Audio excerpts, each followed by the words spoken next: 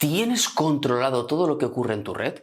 ¿Tienes controlados todos tus equipos, tus routers, switches, NASes, toda tu domótica, incluso el uso y el consumo que se realiza de tu conexión a Internet? ¿Sabes cuánto ancho de banda consumes usando Netflix, HBO, descargándote un archivo o simplemente navegando por Internet? ¿Estás seguro de que no te están hackeando o consumiendo tu Wi-Fi de forma ilegal? Pues si no tienes todo esto bajo control, te recomiendo que monitorices tu red y todos los elementos que forman parte de ella ya. Así que hoy veremos qué opciones tenemos para tener nuestra red totalmente controlada y sobre todo veremos y aprenderemos cómo utilizar nuestra conexión de forma totalmente eficiente. Así que si ese tema os interesa, poneos cómodos, poneos cómodas, que empezamos.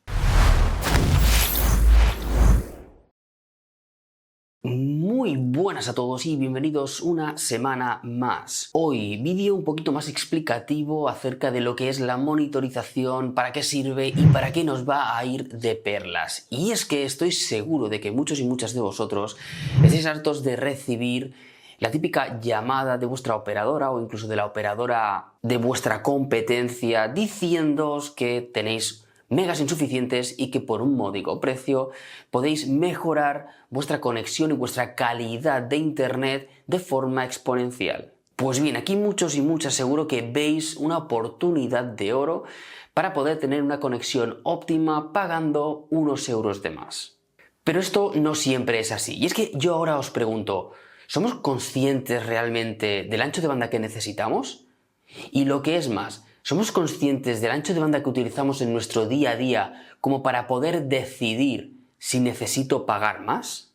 Pues hoy os traigo la solución para que podáis decidir por vosotros mismos y vosotras mismas si tenéis que invertir en esa ampliación del ancho de banda de vuestra casa y lo que es más.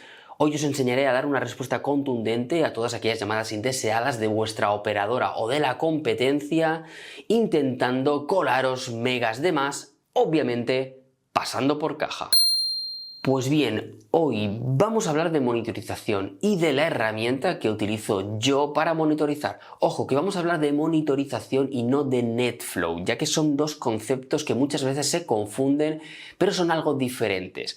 Hay herramientas de NetFlow que incluyen monitorización y viceversa, pero si queremos diferenciarlas a nivel conceptual, vamos a decir que NetFlow, o una herramienta especializada únicamente en NetFlow, va a analizar muy profundamente nuestra red y todos los elementos que tenemos en ella, hasta tal punto que vamos a poder obtener información no solo de los dispositivos que forman parte de mi red, sino también de todos los flujos de tráfico que atraviesan dicha red, obteniendo información, por ejemplo, del destino, del origen o incluso de la información que contienen ciertos paquetes que atraviesan mi red. Por contra, la monitorización la vamos a usar cuando queramos recopilar métricas de todos mis dispositivos. Y con métricas no solo me refiero a saber si esos dispositivos están funcionando o están levantados, sino que además vamos a poder obtener valores de variables como pueden ser la temperatura, el ancho de banda que está consumiendo un equipo, el uso de la CPU o del disco duro que están consumiendo mis dispositivos y muchas otras cosas que nos vendrán muy bien para poder tener todo bajo control. Así que hoy, en resumen, nos vamos a centrar en la monitorización y en las herramientas que tenemos disponibles open source para ello. Pues bien, empecemos entendiendo un poco qué es esto de la monitorización y cuál es la base de dicho concepto. Y es que como primera aproximación o como primera idea podemos entender o podemos pensar en la monitorización pues en si nuestros equipos de nuestra red son alcanzables. Es decir, puedo llegar a cada uno de ellos a través de una IP y puedo saber o certificar si están funcionando o de alguna manera que no estén colgados. Y esto podemos simularlo de forma manual con una herramienta que se llama Ping. Y es que esta herramienta es muy sencilla de usar y se puede utilizar desde cualquier consola, desde cualquier sistema operativo, ya sea Windows, Linux o Mac. Y es que esta herramienta es muy sencilla de usar. Lo único que tengo que hacer es teclear este comando, el comando ping, seguido de una IP. La IP del equipo al que quiero llegar, al que quiero comprobar que está correctamente funcionando. De hecho, que yo alcance ese equipo en realidad no significa que esté correctamente funcionando, sino que simplemente llego a ese equipo. Pero como os digo, es una primera aproximación muy válida y nos va a permitir realizar un primer diagnóstico sobre los equipos de mi red. En mi caso, si hago un ping al IP 192.168.0.1, por ejemplo, obtendré una respuesta del router principal de mi casa. Posteriormente voy a poder ejecutar este comando para todas las IPs de todos los dispositivos de mi casa. Recordad que, en mi caso, todos los dispositivos de red de mi casa tienen una dirección IP asignada directamente por un servidor de DHCP que tengo en mi propio router. Pues bien, ahora subiendo un escalón a todo esto, tenemos otro protocolo llamado SNMP que nos va a dar más información acerca de nuestros equipos. Y es que este protocolo no solo nos va a dar información acerca de si estos equipos son alcanzables, es decir, llego a ellos, sino que además nos va a permitir obtener información sobre la CPU, el disco duro, la temperatura de estos equipos e incluso el ancho de banda que están consumiendo cada uno de ellos. Para poder utilizar este protocolo vamos a tener un nodo SNMP que va a ser el que va a extraer la información de todos aquellos equipos en los cuales hemos habilitado dicho protocolo. Además, SNMP funciona de una forma muy curiosa. Podemos decir que funciona de dos modos, el modo pooling y el modo trap. El modo pooling es el modo a través del cual el propio nodo SNMP extrae la información de todos los equipos, es decir, pide información a los equipos, y el modo trap es un modo a través del cual los propios equipos, de forma proactiva, envían una alarma o una señal al nodo SNMP indicando que han sufrido algún tipo de problema. Cosa muy útil para poder detectar anomalías de forma muy rápida dentro de nuestra red. Y además, otra cosa muy interesante es que podemos tomar medidas cada 10 minutos, por ejemplo, o cada 10 segundos. Y eso dependerá del tipo de criticidad que tengan cada una de las variables que queramos extraer. Por ejemplo, un ancho de banda es posible que nos interese tomarlo cada 10 minutos, pero por contra una temperatura de un equipo nos interesará tomarla en un intervalo de tiempo más corto para poder evitarnos posibles catástrofes. Pues bien, lo gracioso de todo esto es que SNMP también lo podemos ejecutar de forma manual, como hacíamos con ping, desde una consola, desde cualquier sistema operativo, Windows, Linux o Mac. Pero en esta ocasión, para poder ejecutarlo, además de la dirección IP del equipo de destino, vamos a necesitar una community, una comunidad, y un OID. Y aquí viene lo interesante. ¿Qué es esto de la comunidad y qué es esto del OID? Pues bien, por un lado, la comunidad es un parámetro que está configurado en todos los equipos que ejecuten SNMP para que el nodo central pueda acceder a dichos equipos y extraer dicha información. Ya que si la community, la comunidad, no es la misma, no coincide, no vamos a poder extraer ningún tipo de información de ningún equipo. Mientras que el OID corresponde al parámetro y al valor de la métrica que queremos extraer de dicho dispositivo. Por ejemplo, el valor de temperatura o el valor del ancho de banda en ese momento. Y ahora la pregunta del millón.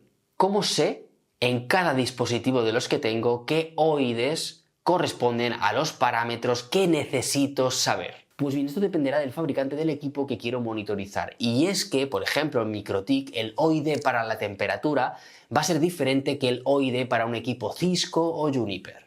Por ejemplo, en el caso de MikroTik tengo un comando bastante útil que es el print OID, que lo voy a poder ejecutar dentro del propio router y me va a ir dando los parámetros que tengo disponibles dentro de mi router para poder extraer dicha información. Así que si por ejemplo me voy al menú Interfaces y ejecuto print OID, como veis, voy a ver todos los parámetros que tengo disponibles para poder extraer información dentro del menú Interfaces. Así que una vez aquí voy a coger el parámetro, el valor de OID que me interese según lo que quiero monitorizar. Y ahora sí, una vez tengo la community, la IP y el valor de OID, puedo ejecutar el comando SNMP en una consola de cualquier equipo de mi red y obtendré el valor instantáneo del parámetro que quiero de mi propio router. De manera que si este comando lo ejecuto varias veces a lo largo del tiempo, puedo llegar a pintar una gráfica de evolución para ver cómo se comporta este parámetro a lo largo del tiempo.